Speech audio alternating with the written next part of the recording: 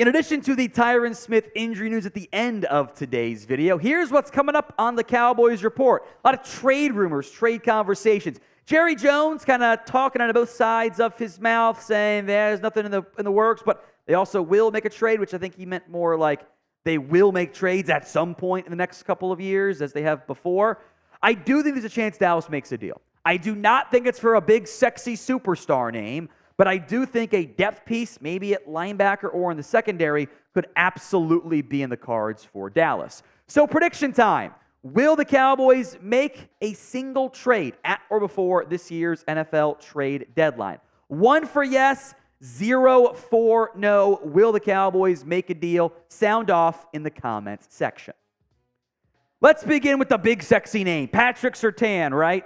If you follow me on Twitter, I hope by now you know that I'm trolling and not serious when I put the photo and the quotes with no mustache.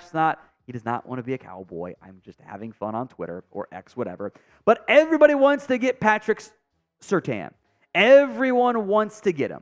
He's among the best corners in the NFL. Denver is bad, and they're allegedly open to listening, which actually doesn't mean that much. In the end, the Denver Broncos are highly unlikely to trade away Patrick Surtain because he's a core part of their team. Whatever pick you get back, you immediately spend on a corner. You don't often see teams trade a pick and player and then spend the exact same pick. Plus, he's the guy you build around, not trade away to then build around others. So in the end, I'm sorry if you fell for the bait on Twitter. I'm just trying to have some fun. But don't get your hopes up. Denver isn't really trying to move Patrick Surtain. Look, they'll listen. NFL teams listen on all kinds of players that you don't hear get reported because those conversations don't go very far. It doesn't mean much to say, oh yeah, Denver listened to interest overtures. Like that happens a lot more in the NFL than maybe you realize. And even in the event that they were going to shop Surtain, I think the minimum trade value going back to Denver would be the Jalen Ramsey deal. A first this year, a first next year, and a future 4th-round pick. That's the minimum. And frankly, I think it might cost more than that to get Surtain out of Denver. A familiar face here. Bear with me on the deep sighs. Cowboys Wire, USA Today mentioned Ezekiel Elliott as a trade target. The Cowboys' run game has struggled. The red zone's been poor. That's not necessarily a reflection of Zeke's absence, by the way. Elliott is the backup running back in New England. Ramondre Stevenson has also not run the ball that well, by the way, this year. I think the offensive line injuries for New England playing a big factor there has led to up and down results. Now, the numbers for Zeke might look better if that one big play wasn't called back, but without it, it's the same guy. 3.7 yards per carry, a career low for Ezekiel Elliott. Again, big play was called back. Numbers would have looked way better, but that also would only hide the fact that the averages remain, kind of what they were last season for Ezekiel Elliott. I've got some more thoughts on this, and I know you guys do as well. So would you bring back Zeke? It's the pinned comment on today's video. Why for yes you would, N for no you would not. Go vote at the pinned comment, especially if the ad comes here on YouTube right now. Well, Ezekiel Elliott is the same guy he was last year. The same guy that was getting too many carries in Dallas and was not contributing the way he needed to. In fact, I would argue it's more of the same of what we've seen, which is a decline in Zeke's play. Here are the rushing yards over expected on average for Ezekiel Elliott. This is an NFL next-gen stat publicly available. This is the definition of regression. Again, the numbers might look better if the play had not been called back. It would still hide the fact that on average it's not been very good. The mean and the medians results are not very good, right?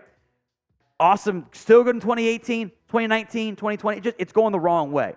Every time you run the ball with Zeke, you're getting, less yards than you're supposed to based on their player tracking data. I'm down to not give such a massive workload to Tony Pollard and try to keep him fresher for the season and even later into games. I would give Rico Dowdle some more run. I'm also more worried about the offensive line. Tyron Smith's got a neck injury again, because of course he does. How does that not surprise anybody? We'll see if that's a big deal or not. More on that later on in today's show, since it just came across the wire after all. But your O-line has not played that well. It hasn't. Now, maybe it's because this planned starting five hasn't actually played very many games, etc., together, and that's, a chemistry is a big deal for the offensive line. I think that's a bigger concern for the Dallas Cowboys than the running back. It's not like the guys are missing holes. It's that they aren't really there. It would also be like a seventh-round pick for Zeke, so whatever. Seventh-round pick doesn't really matter all that much in the end. He's also not why your red zone results have been poor. That's missed block. There's like one drive where I think Zeke would have been able to score. I think Pollard would have scored if they hadn't gotten too cute and tried to give the tight end jet sweep to Peyton Hendershot, who missed the open hole, whatever. So don't fall for you're missing the Zeke. Yeah, power back. I think Rico Dowdle can do power stuff for you. Hunter Lipke can do power stuff for you. It'd be cheap, so whatever. But don't sit there and say, Zeke fixes our problems. No, he doesn't. And if you're giving major touches to Zeke again, it's going to lead to more offensive issues just like it did last season. Now, today's show is made possible by Factor. Factor is America's #1 ready-to-eat meal kit. They can help you fuel up fast with chef-prepared, dietitian-approved, ready-to-eat meals delivered straight to your door. You'll save time, eat well, and stay on track with your healthy lifestyle. If you are too busy to cook but want to make sure you are eating well, with Factor, you can skip that extra trip to the grocery store and the chopping, the prepping, the cleaning up as well, and still get the flavor and nutritional quality that you need.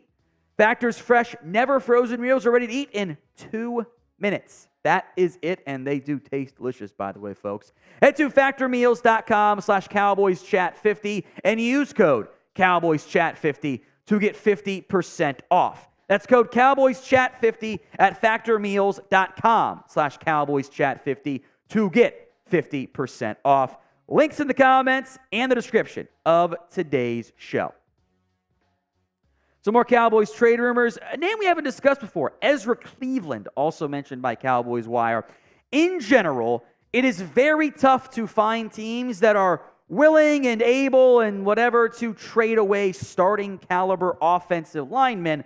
And the Vikings had stood out as a pretty, I thought, obvious, like, ooh, you know what? Maybe they could sell. Maybe they'd be willing to trade away some pieces that they're not going to have long term. And then the Vikings have rattled off wins over the Bears, the Sun over the 49ers, and in theory should beat the Packers, which would suddenly put them right back in the playoff hunt to a certain extent. And Cleveland is the best of the Vikings' interior offensive linemen. Garrett Bradbury has not been great. His numbers are solid. Now, he missed the game against the Niners due to injury. I do think that Dalton Reisner is a better fit, a better option for the Minnesota right guard. Ed Ingram has not been very good, by the way, for Minnesota. So I don't think the Vikings will give away Ezra Cleveland. But despite Jerry's public comments of, hey, we're not going to make the calls, I'm not sure I buy that, by the way. It's not, you might be playing some Jerry negotiator stuff right there. Cleveland is the Vikings' best guard. If I were Jerry, if I were Will McClay, if I were Stephen Jones, I'd at least call Minnesota and be like, hey, what's the cost for Ezra Cleveland? And if it's cheap, I'm in, since I can't trust Tyron Smith to stay healthy after all. I doubt he's given away. Minnesota, because they've won 2 in a row, I'm not convinced they'll be the same level as sellers as they might have been. If they had lost to the Bears and or the Niners, it might have been a big-time sale there. Now, I'm not so sure that is the case. So name a player who you want to trade for. Sound off in the comments section right now. Keep it somewhat realistic. You can't get Patrick Mahomes as much as I wish. Name a player who you want to trade for. Here's another interesting name, Michael Thomas. Keyshawn Johnson. So this is the Cowboys kick the tires on. It is his nephew, by the way, Michael Thomas. Now, as part of the conversation, Skip Bayless asked, would it cost a first? No, Skip. Tell me you haven't watched football in 4 years. I'll tell me you haven't watched football in 4 years. Skip does not watch ball. Come on. Now, Thomas is cheap. He's due basically the vet minimum. He's also not that good. We are at the point where Michael Thomas has not contributed the way you would expect. Clearly, Skip is thinking he's of the 2019 version, which was really good at football, did all that great stuff, and then he was super banged up in 2020, missed all of 2021, made little to no impact in 2022, despite some touchdowns. That was fun. And then has been, serviceable in 2023. My issue is I don't need a Michael Thomas type of player. I don't need more slow receivers who are going to try to win contested catches for you. Mike Thomas, the slant boy nickname, it might be a great fit for what Mike McCarthy wants to do. It's not what I want to do.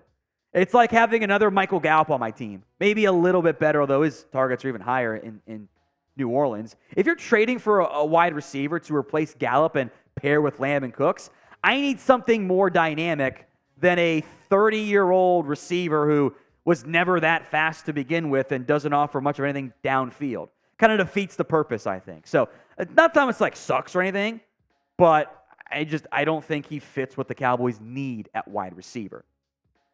Now, if the Cowboys make a trade, we will cover it. Hit that sub button right now, youtube.com/@CowboysTV for more free Cowboys videos right here on the show.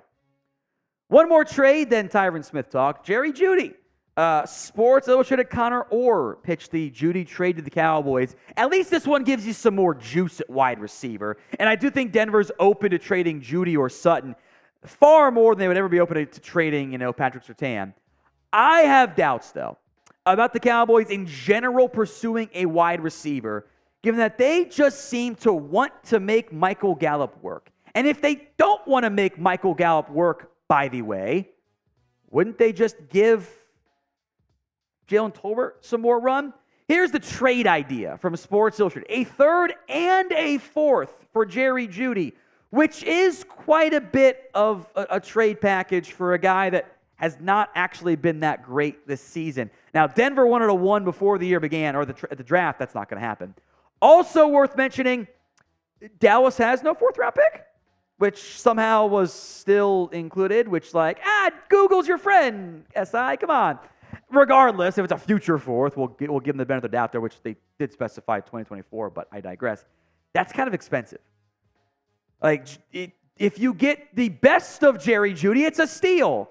But Jeudy hasn't really been that guy in Denver, if we're being honest with ourselves. He's at 286 yards this year. So you're trending towards 2020 production. It's better than what you probably get from Gallup. But is that really the goal? Is just to get that level? Or would you be better off maybe trying Tolbert, at least this week, and seeing how it goes? Some injury news before we go, because the Cowboys can't have nice things. You never thought Tyron would play an entire season. He hasn't already. He was limited on Thursday with a neck injury. Now, limited on Thursday means one of two things. They knew going in that he woke up on the wrong side of the bed and the neck was bothering him. Okay. Or he did something in practice to cause the injury and he left early. I don't know which it is. We'll know more on Friday and on Saturday. But given the history of Tyron Smith neck and back issues, that certainly does not have everyone feeling all warm and fuzzy on the inside. So we'll monitor that one. But another Tyron Smith injury. Who among us saw that coming?